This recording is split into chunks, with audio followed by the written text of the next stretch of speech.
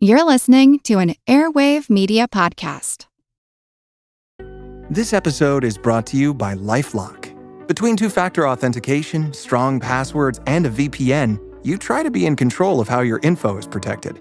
But many other places also have it, and they might not be as careful. That's why LifeLock monitors hundreds of millions of data points a second for threats. If your identity is stolen, they'll fix it, guaranteed, or your money back. Save up to 40% your first year. Visit lifelock.com/podcast for 40% off. Terms apply. Years before the discovery of King Tut's tomb, the world discovered the pharaoh believed to have been his father, Akhenaten, formerly Amenhotep IV. In the late 19th century, his capital city, Akhetaten, was discovered, and his tomb was uncovered in the Valley of the Kings in 1907. What we learned about this previously unknown pharaoh was extraordinarily interesting. He has been called the quote-unquote heretic pharaoh because he rejected the gods of his forebears and instituted widespread religious reform. He founded his new capital city on the worship of Aten, an aspect of the sun god. One journalist with an interest in Egyptology, Arthur Weigall, wrote a book about Akhenaten, The Life and Times of Akhenaten, in 1910. Weigall saw Akhenaten's religious reforms as a parallel to the development of Christianity, since he was leading the pagan Egyptians toward monotheism. To get a sense of how credible Weigall's writing was, and how he leaned toward the sensational, we need only recognize that Weigall was present at the tomb of King Tut more than a decade later, writing about the discovery. And upon the death of the Earl of Carnarvon, he seems to have started the curse of the pharaohs rumor, claiming he'd heard Carnarvon joking around before entering the tomb and saying he predicted that, quote, "If he goes down in that spirit, I give him 6 weeks to live," end quote. Like many a propagator of false ideas, Weigall actually claimed that he did not believe in the curse himself, even though he's the one who seems to have gotten people started believing in it. This legend would eventually live longer than he did, and when he died, some claimed he himself had been a victim of the curse. His notions about Akhenaten, too, spawned false ideas that would live far longer than himself. First, Charles Spencer Lewis of the San Jose Rosicrucians latched onto Weigall's writings about Akhenaten and imagined that the monotheist pharaoh had actually founded the Rosicrucian order.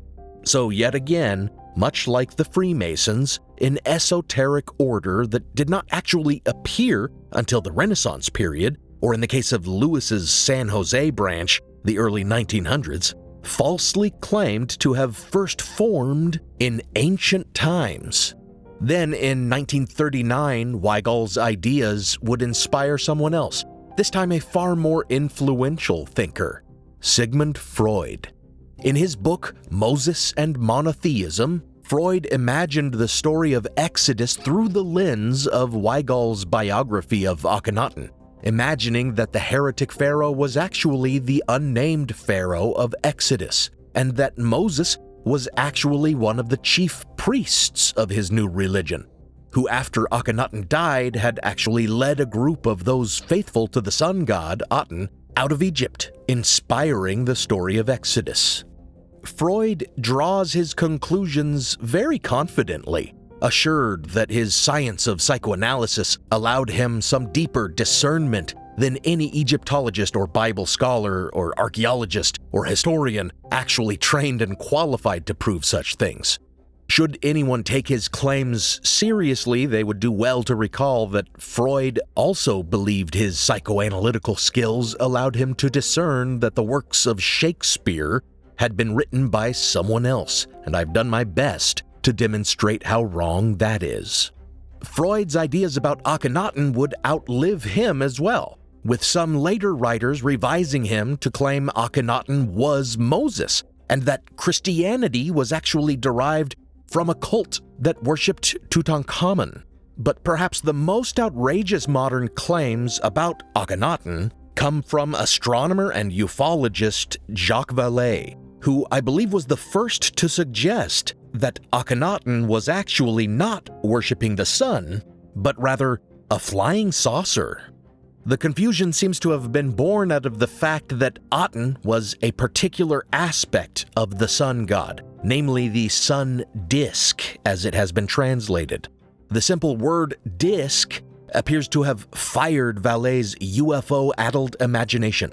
But in reality, the word could just as accurately be translated circle, and hieroglyphic depictions of Akhenaten's worship of a bright yellow circle in the sky, with rays emanating from it, can only be interpreted as sun worship if one is honest with oneself and makes no leap in logic to a far less likely conclusion simply because one wants to believe it.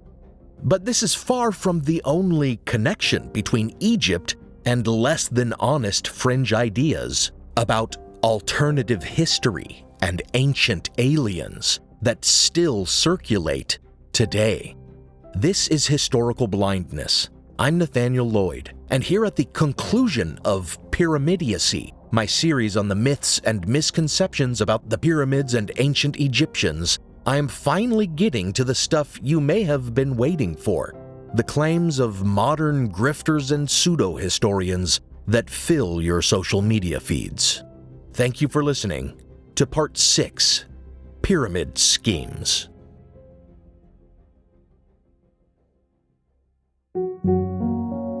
Before we begin, I want to thank all of my patrons on Patreon.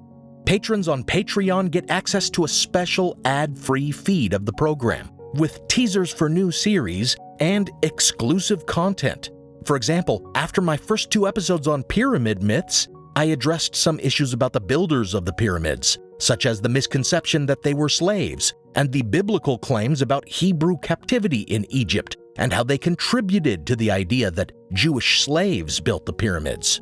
And after the next 2 parts of the series, I released a minisode about natural landforms that some argue are ancient man-made or extraterrestrial pyramids.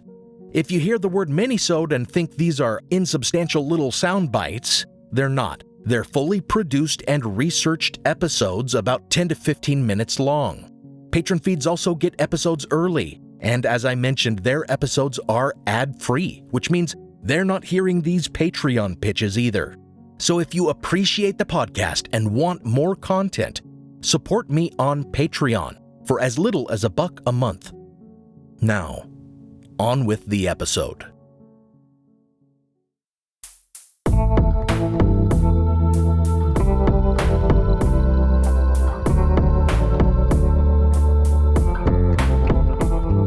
Welcome to Historical Blindness. The story of the ancient astronauts theory and its connection to the pyramids can be traced back long before Vallée, but not that far back. In the late 19th century, the very first ancient astronaut grifter, Helena Blavatsky, made claims about aliens from Venus having been in contact with ancient peoples and having influenced the evolution of mankind. Later theosophists, like Blavatsky's successor as leader of the Theosophical Society, Annie Besant, would eventually claim even more specific knowledge about the development of extraterrestrial life and its intercourse with humanity. One theosophist, W. Scott Elliott, expanded on the connection of these astral visitors with ancient lost civilizations, such as Atlantis, a key element of theosophical pseudo-history and of modern ancient aliens claims. The ideas of theosophists would inspire many during the 20th century. In my episode Technological Angels, about the religious dimension of UFO belief, I discuss how theosophical claims cropped up time and again in UFO religions. Well, these ideas also made a major impact on a certain fiction writer working in the early 1900s, H.P. Lovecraft. Lovecraft also had a long interest in myths about Egypt and the pyramids.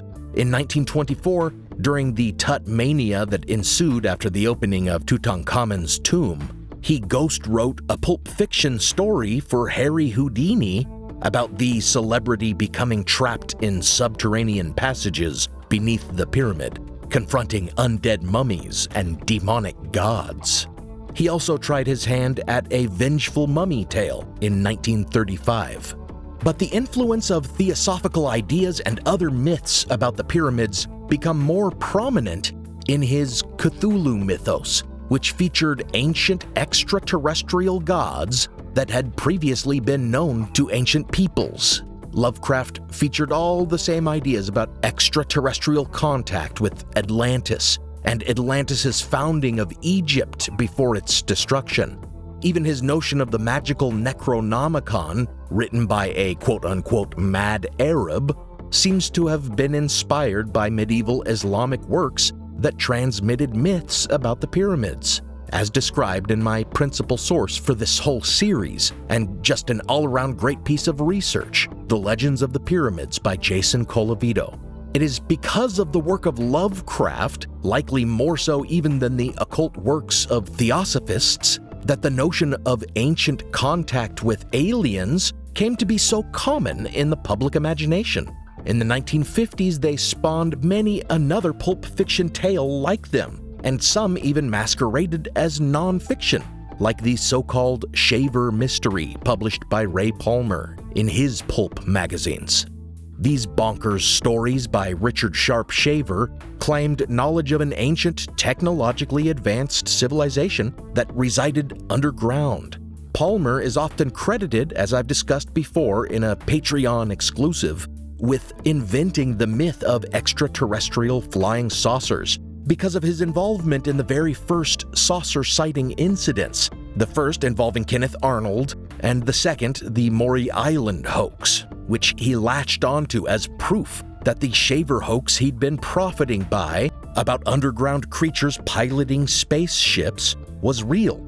The art that he commissioned for his magazines, featuring many a flying disc, certainly contributed to the craze.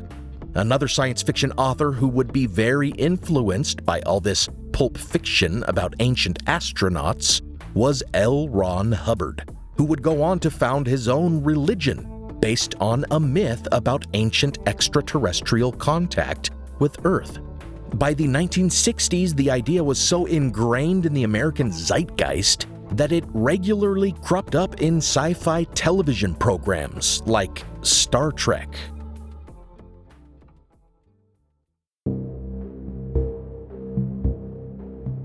Lovecraft's influence on the nascent theory of ancient extraterrestrial contact was more than just speculative, as Colavito has pointed out in more than one piece of writing. The first major quote-unquote non-fiction work to seriously put forward the thesis outside of theosophy was 1960's The Morning of the Magicians, a French work by journalists Louis Powell and Jacques Bergier. This book blends alchemical lore, New Age spiritual philosophy, legends about Nazi occultism and the Hollow Earth, and ufology. One entire section is devoted to, quote, vanished civilizations, end quote, which they connect to Egypt. They recycle myths about biblical giants. They rely on the Atlantis nonsense of Ignatius Donnelly. They recycle the pyramidology of Piazzi Smith to claim some advanced technology must have been involved in the pyramid's construction. And they point to the Surid legends tidbit about magic spells that make stone blocks fly into place to suggest they possessed some sort of extraterrestrial levitation technology. And they were intentionally nebulous about the reliability of their sources and the accuracy of their claims and conclusions. In the preface, Powell states, trickily, quote, "This book is not a romance, although its intention may well be romantic. It is not science fiction, although it cites myths on which that literary form has fed. Nor is it a collection of bizarre facts, although the angel of the bizarre might well find himself at home in it.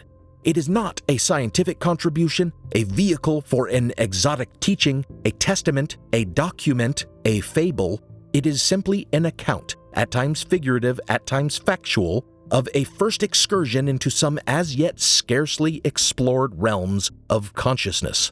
In this book, as in the diaries of Renaissance navigators, legend and fact, conjecture and accurate observation intermingle, end quote.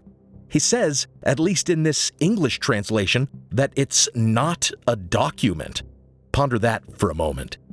And to further confuse what might be fact and what conjecture, he says, quote, so as not to weigh down the book too much, we have avoided a multiplicity of references, footnotes, and bibliographies, end quote, which is very unhelpful. If they had documented their sources more diligently, they likely would have made further mention of Lovecraft, who was only mentioned once, his science fiction writings praised as, quote, a sort of Iliad and Odyssey of a forward-marching civilization, end quote. The fact is, the authors were great fans of Lovecraft and were even responsible for translating his work for French readers. And taking it a step further, one of the authors, Jacques Bergier, in his 1970 book Extraterrestrial Visitations from Prehistoric Times to the Present, insinuated that Lovecraft based his fiction on obscure but factual sources. Nor was he the first to have claimed that Lovecraft's work was secretly accurate in its depiction of ancient alien gods. But by this time, the ancient astronaut myth had spread, and its most effective proponent, Erich von Däniken, had appeared. So heavily did he draw from The Morning of the Magicians that Powell and Bergier threatened to sue him if he didn't give them source credit, which he eventually did.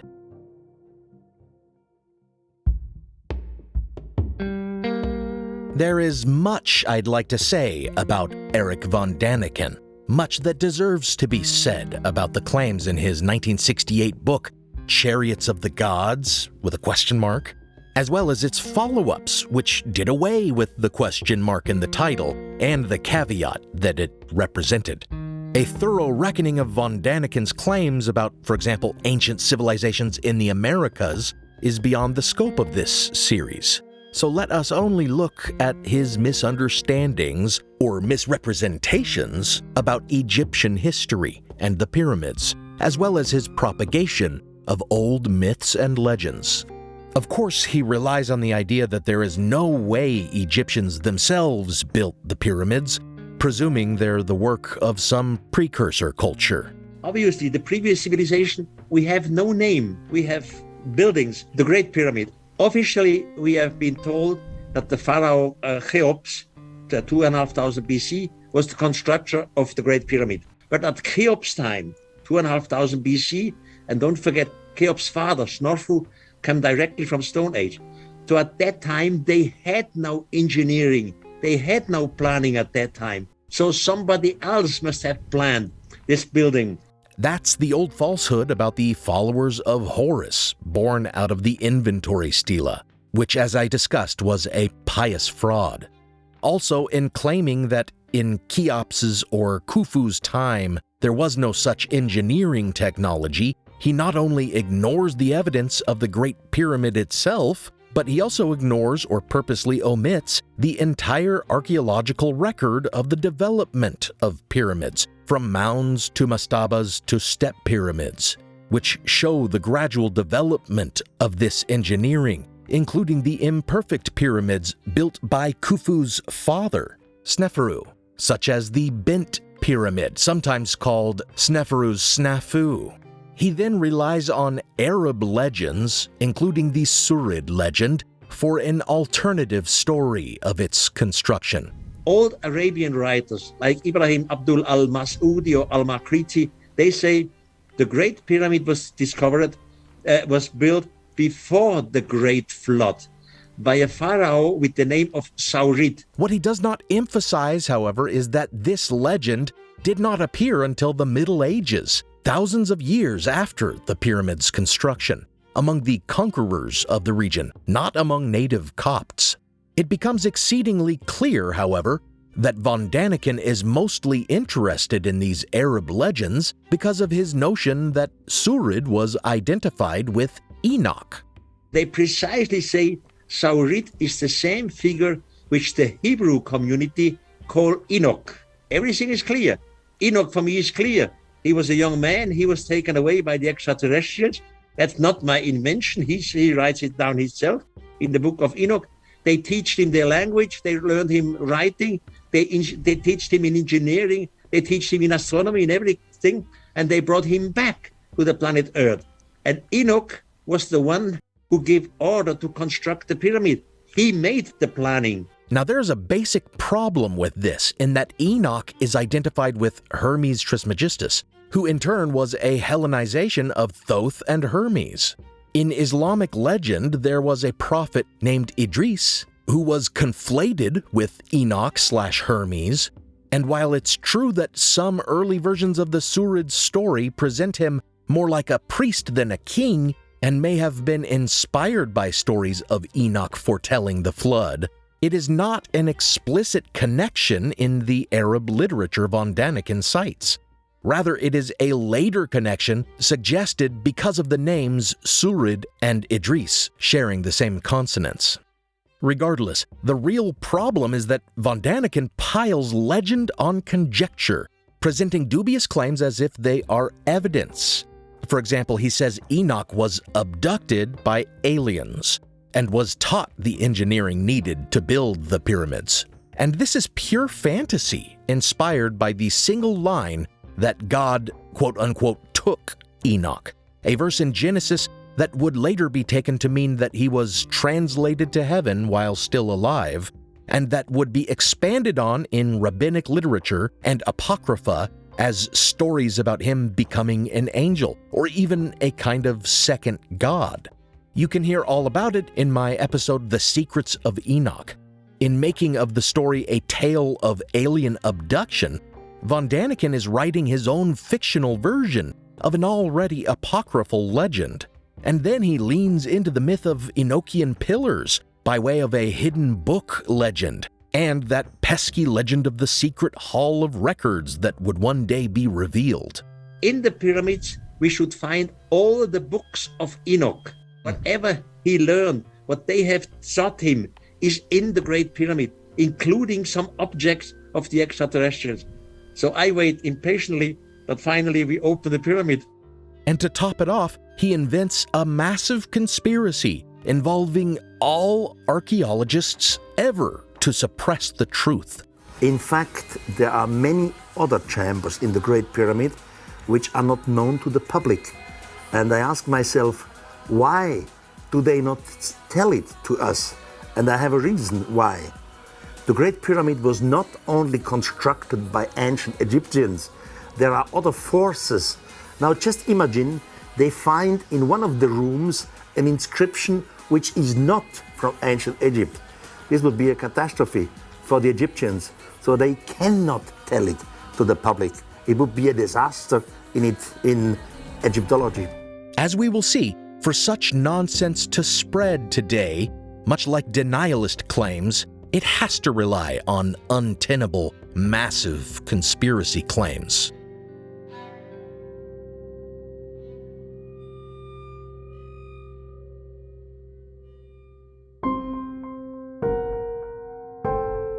The publication of von Daniken's book created something of a sensation, dubbed Danikenitis. It was serialized in the National Enquirer in 1970. And in 1973, his work was adapted into a documentary titled In Search of Ancient Astronauts, hosted by Rod Serling of Twilight Zone fame. It is possible that ancient astronauts went in search of life beyond their own world and found it on the planet Earth. If travelers from outer space were to land here, a likely location, almost on the equator, would be Egypt. In it, they emphasized some of the false pyramidology of Charles Piazzi Smith that von Daniken had dutifully included in his book. The pyramids, eternal mysteries in themselves, provide additional evidence to support the premise that Earth was visited by ancient astronauts. To some, the massive structures were not designed as tombs for the pharaohs, but are in reality vast astronomical calculators. Passageways, for example, from the interior point directly at the North Star, the way back to the heavens. At the end of the 16th century, the Dutch mathematician Ludolf arrived at the figure pi, by which one can determine the circumference of a circle. If we divide the perimeter of the base of the pyramid by twice the height, we get exactly the figure pi, which Ludolf only found 4,000 years later. All the evidence leads von Däniken to conclude that the pyramid is linked to the arrival of visitors from outer space. This documentary was nominated for an Oscar and would eventually be turned into the ongoing television series In Search Of, hosted by Leonard Nimoy. Eventually, Dänikenitis waned in the face of irrefutable debunking by archaeologists. But in the 1990s, after a 25-part German docu-series revived his claims, von Däniken started writing again after a lull of more than a decade. And then the History Channel got in on the nonsense, premiering Ancient Aliens in 2010. In my series on Oak Island, I marveled at the long-running History Channel series on that topic, but Ancient Aliens has it beat by far. Its 21st season premiered just last week, and the previous season started in January and wrapped up in March. They are pushing out non-stop episodes. Not all of the series is about Egypt, of course, but what is follows much of the same old baloney. A lot of it just the long disregarded claims of Charles Piazzi Smith, repeated ad nauseum since the 19th century. Giza Plateau, Egypt. The Great Pyramid is arguably the most enigmatic structure on the face of the earth, and has inspired endless speculation as to how it was built and what purpose it served. Ever since the first studies of the Great Pyramid in Egypt have been made, researchers have been amazed at the mathematical knowledge that is encoded into the Great Pyramid, the measurements that are used in it. Even the placement of the Great Pyramid has aroused great interest among Egyptologists. They talk about the orientation of the pyramids in relation to the cardinal directions, as if building something with a mind toward how the morning or evening light will strike it is unthinkable. The massive structure is almost perfectly aligned to magnetic north. The Great Pyramid is not only perfectly aligned to the cardinal points, its placement on the earth is seemingly intentional as well. They take an old Piazzi Smith claim about the Great Pyramid's latitude and longitude lines crossing the most land masses, making it somehow the center of all land masses. According to scholars, the Great Pyramid was built on what is considered to be the center of all the land masses of Earth, which already was both untrue and nonsensical, and which von Däniken misquoted as meaning the pyramids had been built on the world's, quote, center of gravity, end quote, which makes even less sense. And they take it further, drawing lines not from latitude and longitude, which of course wasn't even invented until Eratosthenes in the 3rd century BCE, to instead using lines drawn from its faces and corners. If you pass a great circle from the Great Pyramid through its cardinal and its ordinal directions, what you find is that these circles will pass through more landmass of the Earth than any other location on Earth. You find that the Great Pyramid is essentially located at the centre of the world's landmass, which of course pass through a lot of land masses since they're basically going in all directions around the world.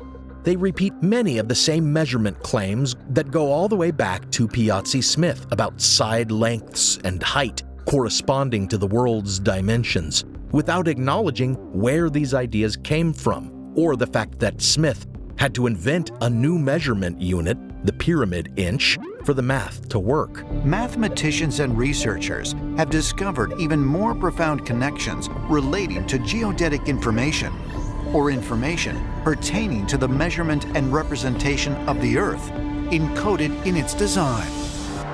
The measurements of the length and width of the perimeter of the Great Pyramid correspond to an exact fraction of both the latitude and longitude measurements at the equator. Scaled up, this means the Great Pyramid directly corresponds to the circumference of the equator, as well as the measurement from the equator to the pole, making it a scale model of the Northern Hemisphere. They add some additional but no less bonkers claims about the coordinates of the pyramid corresponding to the speed of light, our system of which was only developed in the 17th century by René Descartes. Recently, using satellite technology, researchers have realized yet another advanced formula encoded in the design. If you take the location of the Great Pyramid as a coordinate, this number sequence of this coordinate matches exactly the speed of light traveling through space, measured in meters per second. This is amazing stuff. Not only is it a major assumption that aliens would think in terms of latitude and longitude and Cartesian coordinates, it also doesn't quite work. The number they take to correspond to the speed of light is only a latitude that passes through the Great Pyramid. Without the other half of the coordinates, it does not give us a precise location.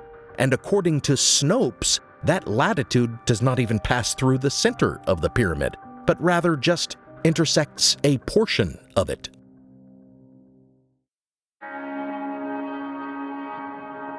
The program also makes much of the supposed star alignments of the Great Pyramid's openings and shafts, which, as I discussed earlier in this series, has been an obsession of pyramidologists ever since John Herschel imagined its entrance passage was directed at Draco. Many are the claims about shafts in the pyramid being aligned with Sirius and Orion's belt. Mainstream scientists believe shafts like these were simply used as ventilation during construction. But might there be another reason why they align with the stars?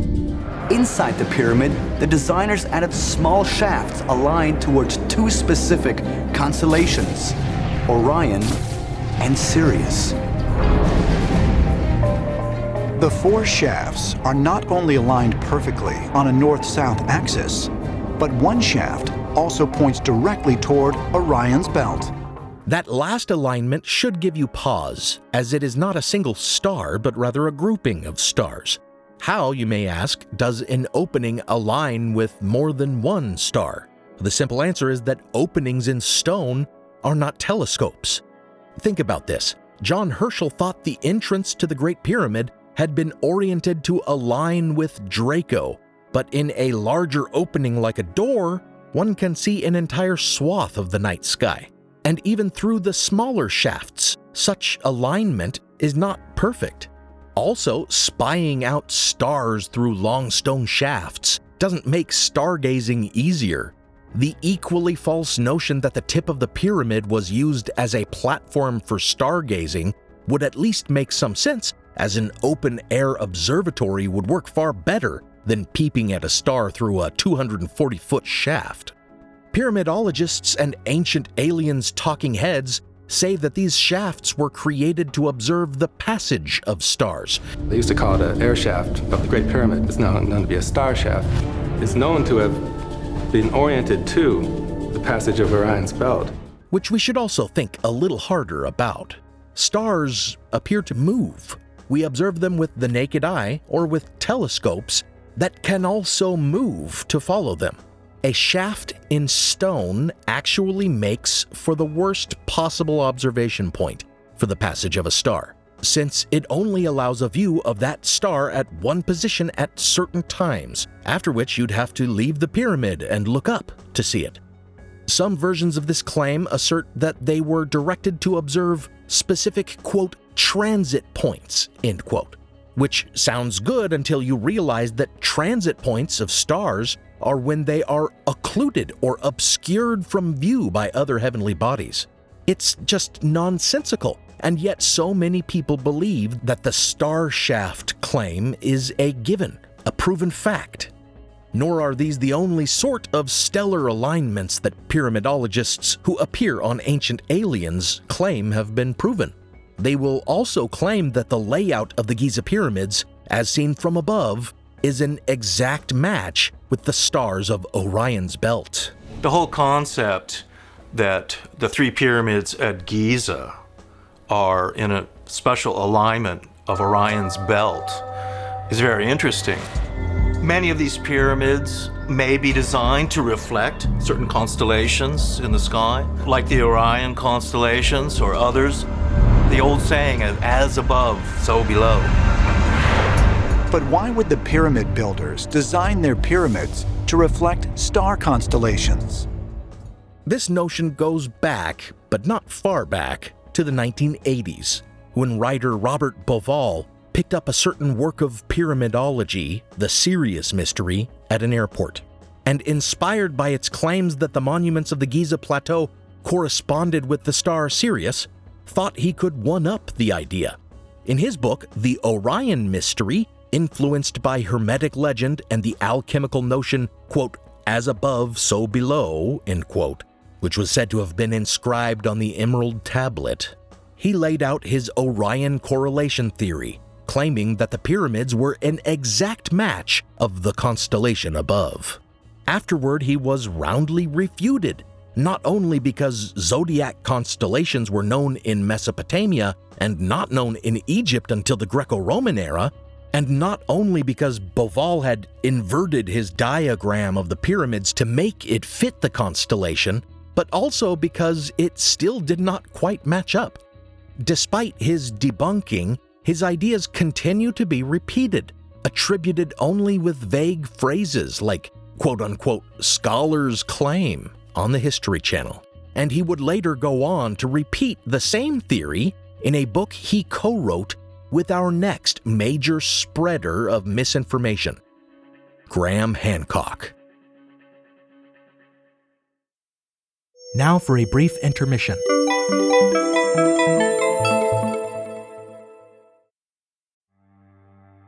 As listeners of Historical Blindness, you're no strangers to the fact that history is a lens through which we can better understand the present. Or as Shakespeare put it, what's past is prologue. History is the indispensable context without which we cannot hope to truly understand current events. You understand that, and so do the creators of the American Scandal podcast. Every season, they immerse listeners in the biggest controversies in U.S. history, helping us understand America's dark side and learn from its troubled past. Its latest season, Ruby Ridge Standoff, delves into an incident that sowed the seeds for the rise of the modern radical right. It transports you to 1992, where in a remote corner of Idaho, federal law enforcement surround a small cabin. They've come for Randy Weaver, a survivalist who took his family to the mountains in anticipation of the apocalypse.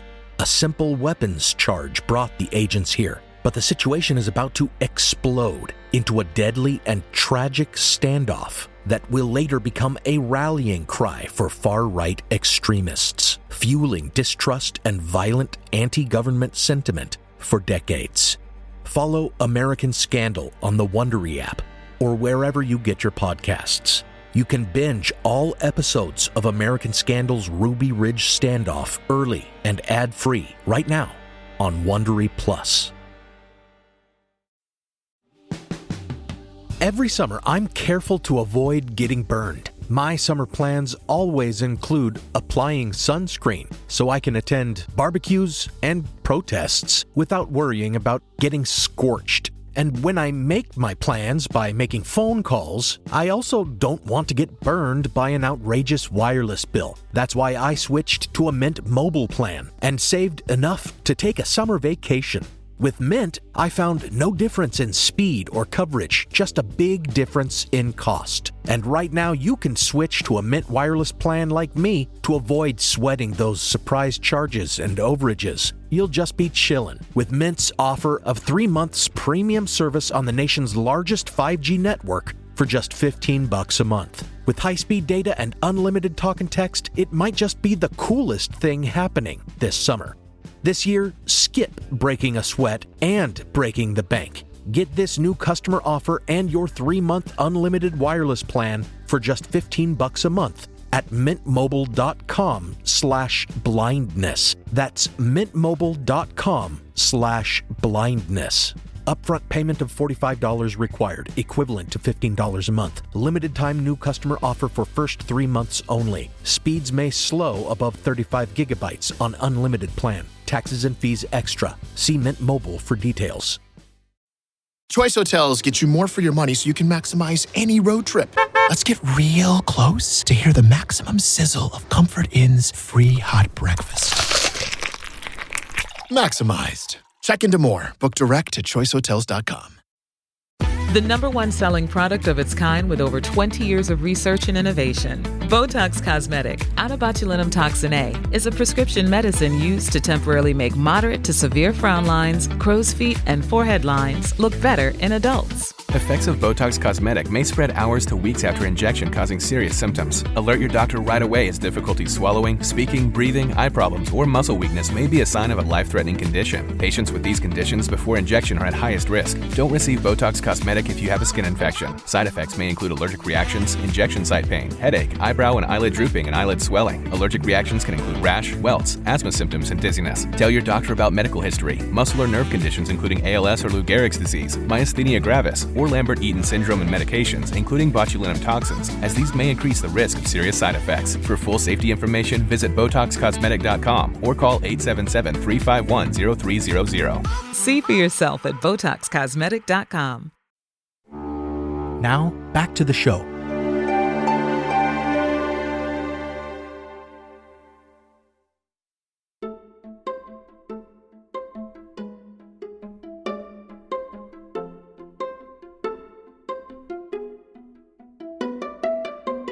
In episode 1, I name-dropped Hancock as a grifter, and I immediately received some tersely worded emails from Hancock fans. Though this shouldn't have come as a surprise to them if they really listened to the podcast, as I have called out Hancock in the past for his spreading of myths about the Ark of the Covenant at the beginning of his career, and for his propagation of the old racist myth of a lost mound builder race more recently. To his credit, he has not focused on ancient astronauts' claims in his work, though he has appeared on 18 episodes of Ancient Aliens, and did promote the idea that a sphinx and pyramids could be seen in photos of the Cydonia region of Mars, which I spoke about in my recent Patreon exclusive. Rather, he has gone the route of Ignatius Donnelly, using all the Victorian era and early 20th century pseudo-history and pseudoscience at his disposal to argue that monuments all over the world are evidence of a high-tech ancient civilization, which he identifies as Atlantis. There's just so much to address when it comes to the work of Graham Hancock that I won't be mounting a complete examination of his arguments here. Instead, I'll limit myself to his misinformation on the pyramids. In one of his first books to discuss Egypt, The Message of the Sphinx, he not only promotes the claims of Rosicrucians and the psychic Edgar Cayce about secret records to be found beneath the Sphinx, as I mentioned in the last episode, but he also promotes the idea that evidence of Khufu having built the pyramids was fraudulent. I mentioned this previously as well. Howard Weiss, who dynamited the entrance of the pyramids in 1837, discovered the cartouche of Khufu within. This cartouche is part of the pyramid laborers' graffiti I've discussed that indicates workers were not slaves and actually identified themselves as, quote, friends of Khufu, end quote. The notion that Weiss forged this cartouche actually originates in the work of ancient astronaut theorist Zecharia Sitchin, who has made a great many claims about a phantom planet peopled by Sumerian gods. Sitchin argued that the name in the cartouche was not quite right, not the name Khufu would have used, when actually more than one cartouche was found within the Great Pyramid's nooks and crannies, and more than one version of Khufu's name is present, in abbreviated form and more formal forms. Moreover, the fact that some of these cartouches can be seen deep within the masonry, meaning that they must have been applied before the stones were set in place, proves they weren't added in the 19th century. To his credit, Hancock quietly retracted the claims 2 years later. But if you look up the Weiss cartouche or Khufu cartouche today, Google gives you mostly a lot of conspiracist blogs still claiming it's a fake.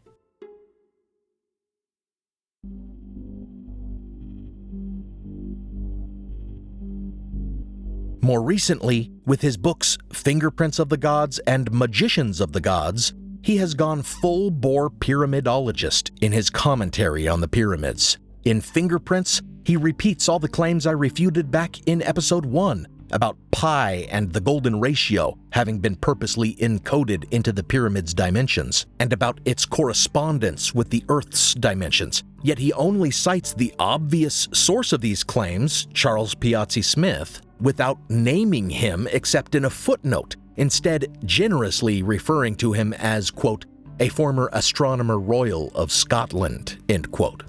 To his credit, though, he avoids Smith's reliance on pyramid inches, finding number correspondences instead in the metric system, which would have made Smith roll over in his grave. I don't want to get too numerical or possibly even boring here, but if you take the height of the Great Pyramid and multiply it by 43,200, you get the polar radius of the Earth. And if you measure the base perimeter of the Great Pyramid accurately and multiply that measurement by 43,200, you get the equatorial circumference of the Earth. In reality, the results he gets vary widely off the mark, with his equation using the base being about 273 kilometers short of the actual Earth's circumference, and his equation using its height giving a result 763 kilometers short of the polar radius. Like others, he makes extravagant claims about the precision of its alignment to the cardinal directions. But we hear Hancock and other pyramidologists making contradictory claims about it aligning perfectly with true north. The Great Pyramid is locked in to the cardinal dimensions of our planet. The Great Pyramid is targeted on true north within 3/60ths of a single degree. And aligning perfectly with magnetic north. The massive structure is almost perfectly aligned to magnetic north.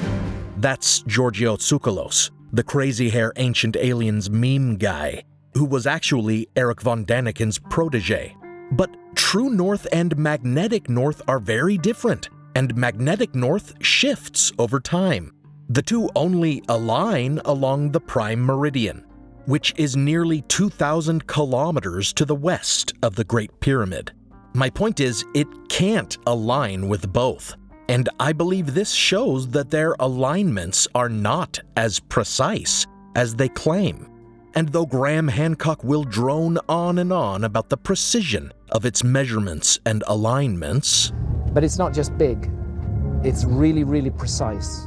He is working from imprecise estimates of the pyramid's dimensions, since without its casing stones, we don't know exactly what its height and side lengths originally were. A fact he himself admits. Great Pyramid stands at the moment about 450, maybe 455 feet tall, but its original height was 481 feet tall. And you can calculate that from just pursuing the slope of the sides up. The calculation is very simple. You just pursue those side lengths up to where they would meet. And according to that calculation, the Great Pyramid was originally 481 feet tall. So it lost about 30 feet. The question is, was it in fact ever completed? We don't know that for sure. So what he does is tout the superhuman precision of this engineering while hand-waving any inconsistencies as the errors of its human builders. How on earth did they do it? Where did that knowledge come from? This is why I'm forced to consider the possibility of a lost civilization in the human story.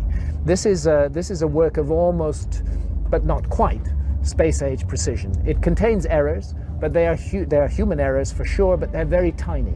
The great precision, great skill. He can't have it both ways.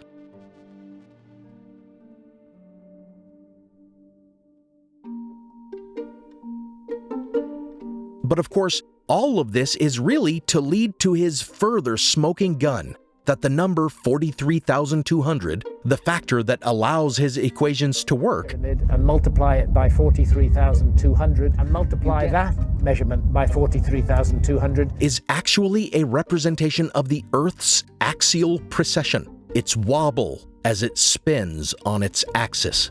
In other words, for thousands of years, through times, through dark ages, when human beings didn't even know they lived on a planet, never mind its dimensions, that monument has encoded and speaks out the dimensions of our planet on a scale of 1 to 43,200. And the scale is not random. The number 43,200 is derived from a key motion of the Earth, which is called the precession of the Earth's axis. The Earth wobbles on its axis. If you trust Hancock, this demonstrates that ancient Egyptians had very advanced knowledge about the Earth's rotation. But you should not trust Hancock. His claim derives from the cycle of precession in years, which he says takes 25,920 years. This is already off, since he's taking an outmoded calculation that's about 150 years longer than what modern astronomers calculate. Regardless, the number is far short of his 43,200, so how does it correspond? Here's where Hancock really stretches things. The two numbers share some common factors. The two numbers are both multiples of 72 and 360. The Earth wobbles on its axis very slowly at the rate of 1 degree every 72 years. And 43,200 is a multiple of 72. In fact, I think it's 600 times 72, but I need to double check that. But it's a multiple of 72. Check it out. So they've given us the dimensions of our planet on a scale defined by the planet itself. And that's an incredibly clever thing to do. The notion of certain numbers being quote-unquote precessional, and of the measurements of megalithic structures revealing that ancient cultures had knowledge of axial precession because these numbers are factors of the measurements, goes back to a long discredited 1969 work on archaeoastronomy called Hamlet's Mill. Not only did the book's arguments rely on outdated etymology, its claims about the presence of precessional numbers were very simply refuted because the factors they kept seeing were simply a result of the Sumerian counting system having a base of 60, and they're having a calendar with 12 lunar months of around 30 days. But we need not even rely on this explanation to refute these claims about ancient Egypt, since the law of small numbers, which I discussed in my episode on Pythagoras and numerology, proves that simple coincidence can easily result in the finding of certain numbers when reducing any large number to its factors. Like most pyramidology, this is just numerology masquerading as Egyptology.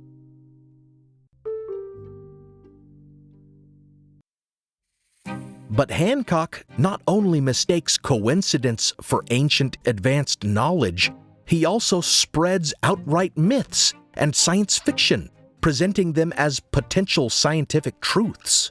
For example, ever eager to sow doubt in quote-unquote orthodox archaeology, he'll claim that any rational explanations of how the pyramids were built are actually lies being purposely spread by academia. How do I think the pyramids were built? To be honest, I have no answer to that question. And anybody who tells you that he or she knows how the pyramids were built are not telling the truth, because we don't know. We don't know.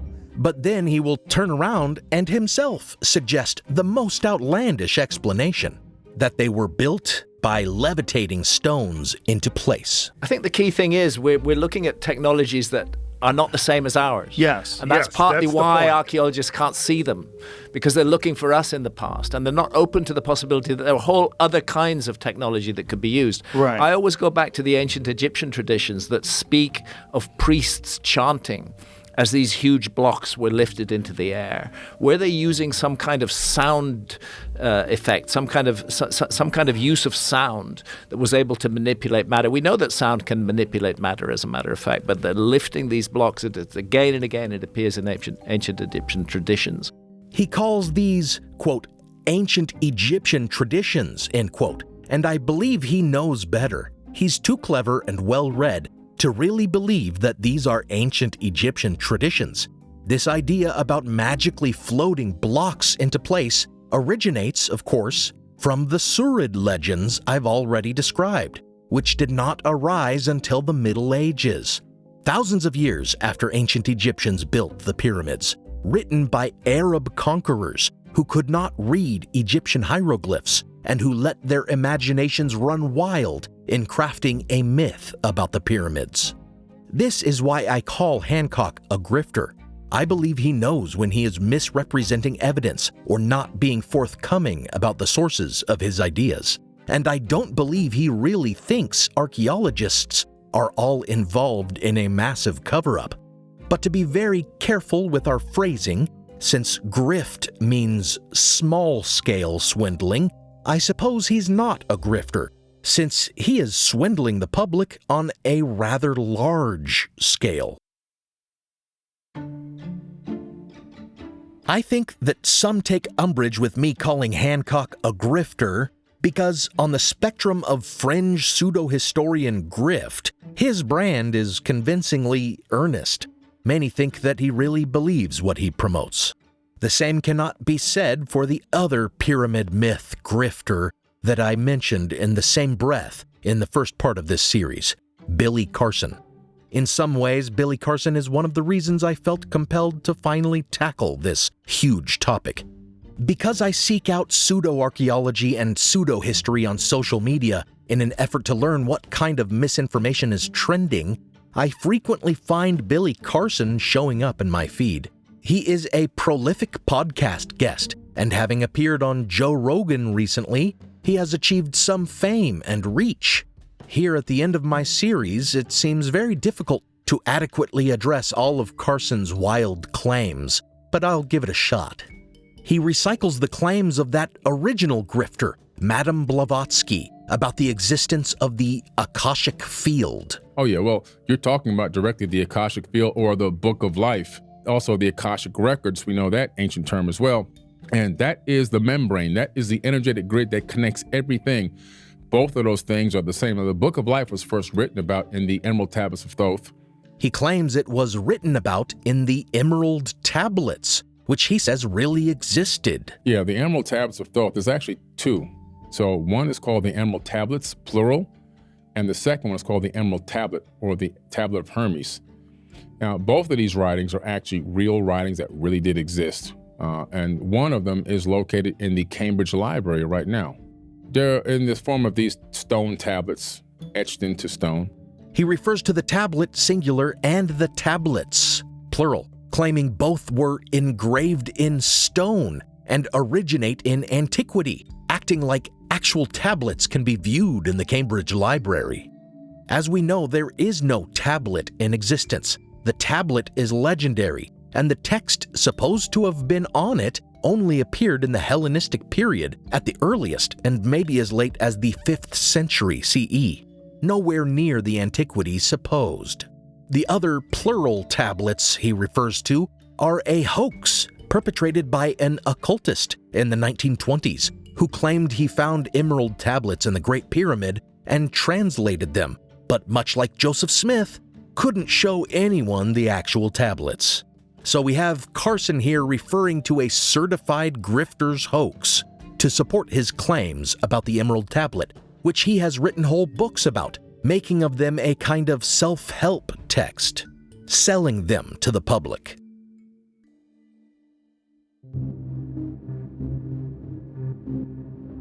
As for his claims about the pyramids, they are astonishing and seemingly never-ending.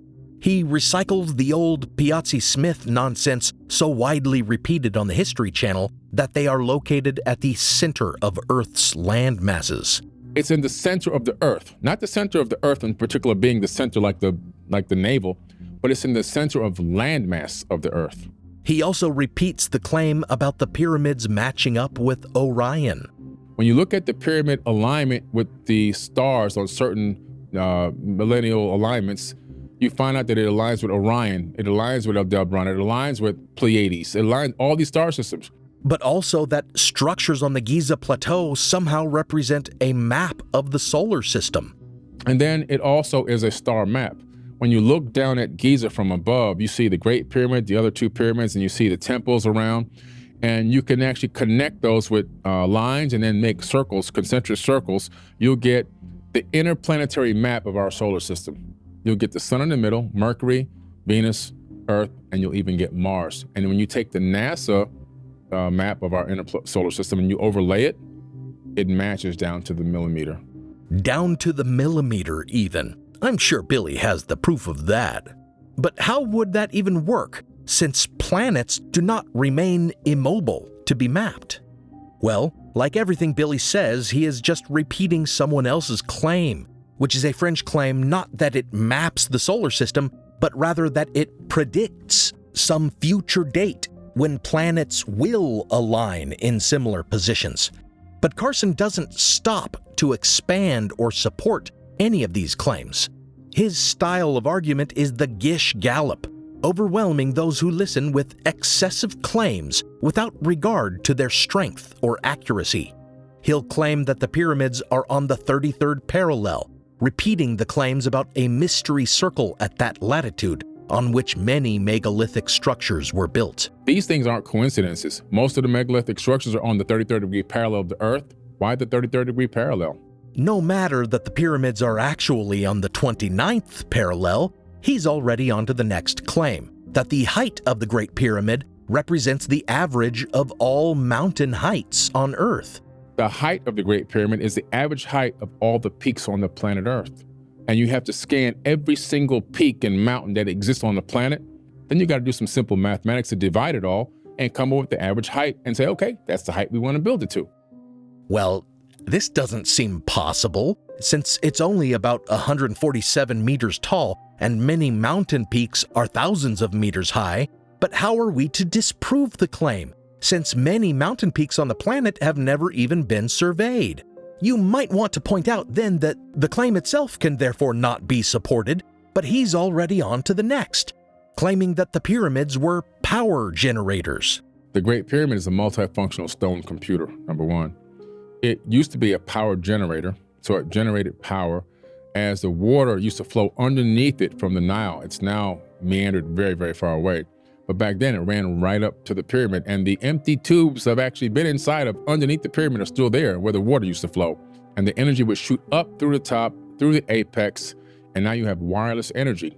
His assertion that water passed under and was pumped into the pyramids is based on no evidence beyond the old statement made by Herodotus, mentioned in the first part of this series, about there being a tomb in the middle of a lake within the pyramid, which seems to have been based only on a misunderstanding of the location of the recently discovered Osiris shaft. Well, water was set to rush down and into the Queen's chamber, and with the chemistry and also the metallics down there, you can see how there would be some form of electrolysis that would occur. So this electrolysis would extract hydrogen from the oxygen, the H2O, and then you have a hydrogen chamber. So now, what's interesting about that, the way it's connected to the shafts that lead up into space, these shafts would shoot the hydrogen beams out towards those stars on certain particular alignments with information, data encoded into the hydrogen. And the idea of the water being used to generate power and turn the pyramid into a kind of particle beam accelerator, which was originated in the 1990s by one Christopher Dunn, who just happened to guest on Rogan about a month before Carson did. And I'm not the only one that has this hypothesis. Engineer Christopher Dunn had the same exact hypothesis as me. I just found out about maybe a month ago. Just falls apart with no evidence of the water channel needed for such technology to work.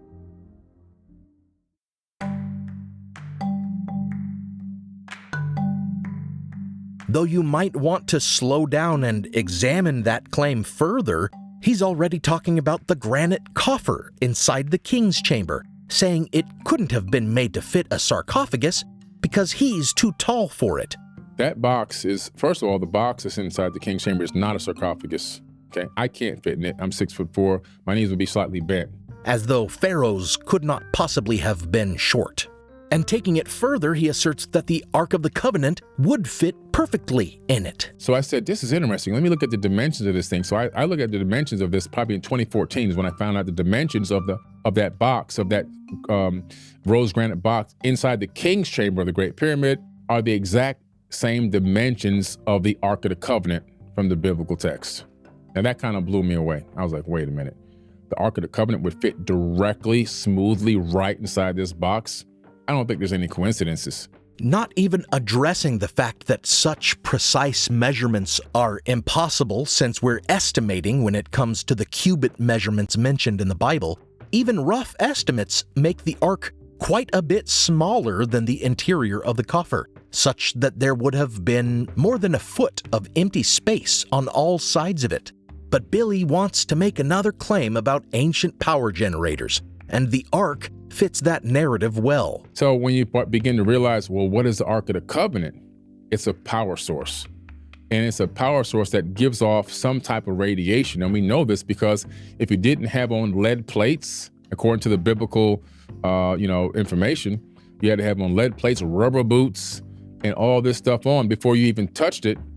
And if you didn't, if you touched it without the rubber, guess what happened? You died instantly. This is in the Bible. Never mind that he makes absurd claims about ancient Israelites having to wear lead plates and rubber boots when handling it, which isn't in the Bible, of course. In case it's not painfully obvious, ancient Israelites didn't have rubber boots.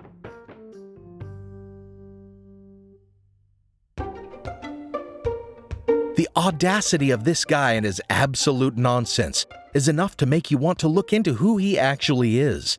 If you listen to him talk about his origin story, you hear that he first became interested in the fringe as a child when he saw a UFO. I was 7 years old already, and I was in my backyard playing in the backyard, looking up at the sky, watching the airplanes from the local private airport go over, the Opelika Airport. I saw an object in the sky that I couldn't understand. It didn't look like an airplane. Okay, I can believe that he thought he saw something at that age. But then he describes the journey of discovery he went on, researching aeronautics in his school library. The next day I went to the library in my school, Rainbow Park Elementary, and I asked the teacher to go to the library so I can get the Encyclopedia Britannica, the original Google. I go get the encyclopedia, I start looking in aerospace technology because I'm trying to find what I saw in the sky. And then that led me into aerospace tech. Aerospace tech led me to all different types of technologies, became a passion of mine. And somehow managing to hack the Mars rover camera and then discovering the ruins of an ancient civilization on Mars? I started looking at Mars and Mars panoramas. Okay, then Spirit rover, Opportunity rover, McMurdo Valley. And now I'm inside the eyes of the mast cam on the rover, and I can zoom in, zoom out, pan left and right. And I start seeing anomalies. Anomalies that look like broken pieces of what I would consider to be technology, machinery. Some things look like structures that I know I've seen in ancient civilizations reading books on Earth. And I was like, what in the world is going on? I'm going to go ahead and call BS on that.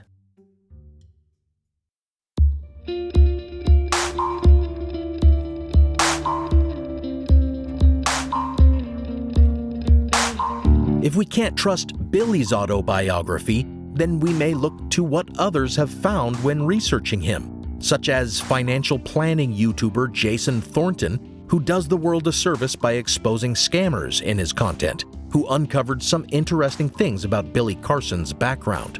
According to Thornton, Carson, who says he was educated at MIT and Harvard, holds no degrees from those institutions, but rather completed some free 6-week certificate programs they offer. And Thornton also dug up some documents from the Broward County Sheriff's Office that show Billy Carson has a criminal record under the name William Carlson, having been arrested for fraud in 2013 and afterward changing his name. Although this certainly does appear to be strong evidence that Billy Carson was a grifter by any definition, Carson threatened to sue him for defamation if he did not take down his videos. So, there we are. I won't be surprised if I too get a cease and desist from Billy Carson, though I may be too small a fish for him to notice. All I'm doing here is pointing out the inaccuracy of his claims and reporting what others have reported about his background. But this is the world we live in now. Someone may make a career based on spreading falsehoods and myths, and if a skeptic points out that they don't appear to be genuine, legal action can be taken against them. And in this world, in which Egyptomania is clearly alive and well, judging just by how frequently guests on Joe Rogan, the most popular podcast in the world, with nearly 15 million listeners, bring up the pyramids, it seems interest in ancient and medieval myths and Victorian legends and long disproven misconceptions and impossible to credit conspiracy theories about Egypt and the pyramids are far more appealing than the real history of these fascinating wonders of the ancient world. And it's this foolishness that led me to call this series Pyramidiocy.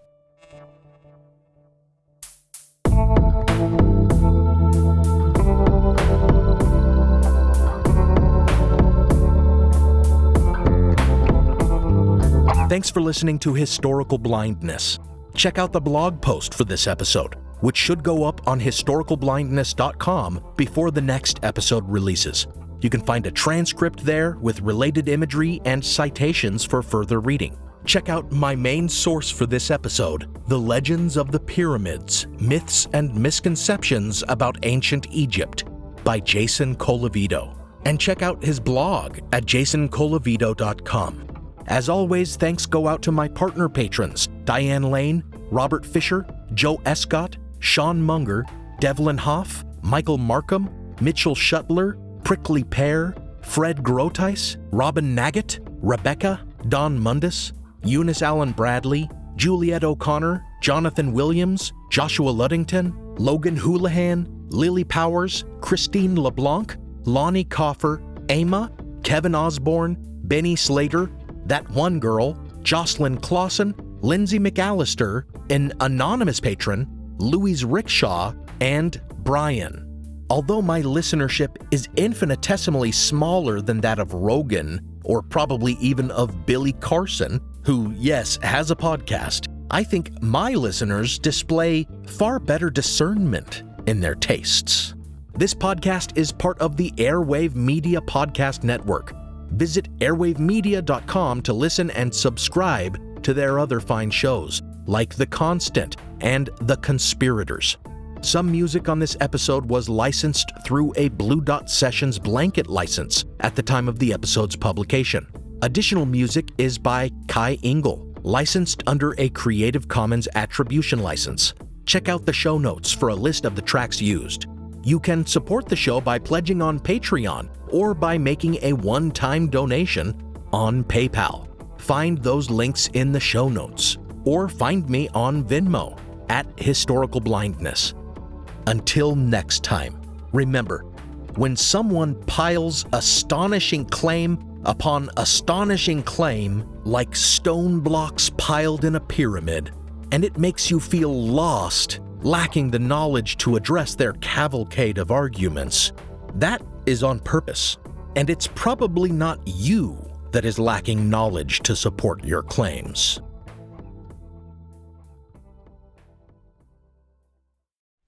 If you like this podcast, can we recommend another one? It's called Big Picture Science. You can hear it wherever you get your podcasts, and its name tells part of the story.